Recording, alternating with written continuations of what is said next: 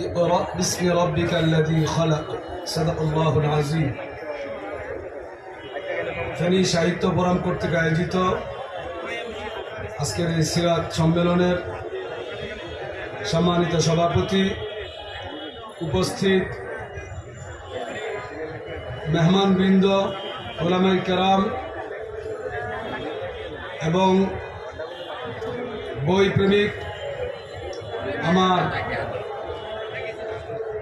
ভাইরা, আমরা আসলে অত্যন্ত আনন্দিত হয়েছি। বাংলাদেশের নতুন প্রেক্ষাপটে আজকে ঐতিহ্যবাহী ফেনী জেলার শহীদ মিনার চত্বরে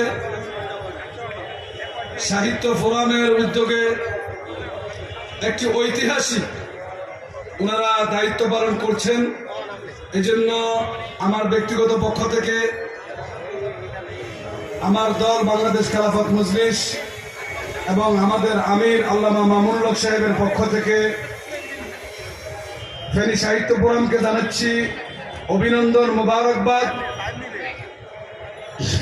আগামীতে আলহামদুলিল্লাহ সাহিত্য ফোরাম আরো ব্যাপক প্রচার প্রসারের মধ্য দিয়ে এ জাতীয় বইমেলা অব্যাহত রাখবে বলে আমরা আশাবাদ ব্যক্ত করি। বিশেষ করে বর্তমান তরুণ প্রজন্ম যেভাবে ভিন্ন দিকে ধাবিত হচ্ছে, অশ্লীলতা, বেহায়াপনা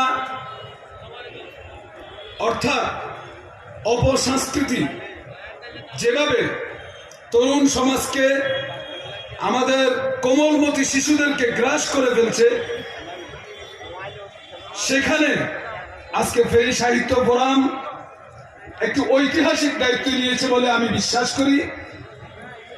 এবং যতটুকু খবর নিয়েছি আলহামদুলিল্লাহ ব্যাপক উপস্থিতি সারাদিন সাহিত্য ফোরামের এই বই মেলায়, সকাল থেকে সন্ধ্যা পর্যন্ত। আলহামদুলিল্লাহ আমাদের আগামীর ভবিষ্যৎ তরুণ প্রজন্ম নিজেদেরকে যেভাবে বইমুখী করেছে, এজন্য সাহিত্য ফোরাম আল্লাহর কাছে যা যা পাবে, আমরাও দোয়া করি সাহিত্য ফোরামের সকল দায়িত্বশীল যাতে আল্লাহ রাব্বুল আলামিন তাদেরকে সুস্থতা দান করেন এবং তাদের এই সাহস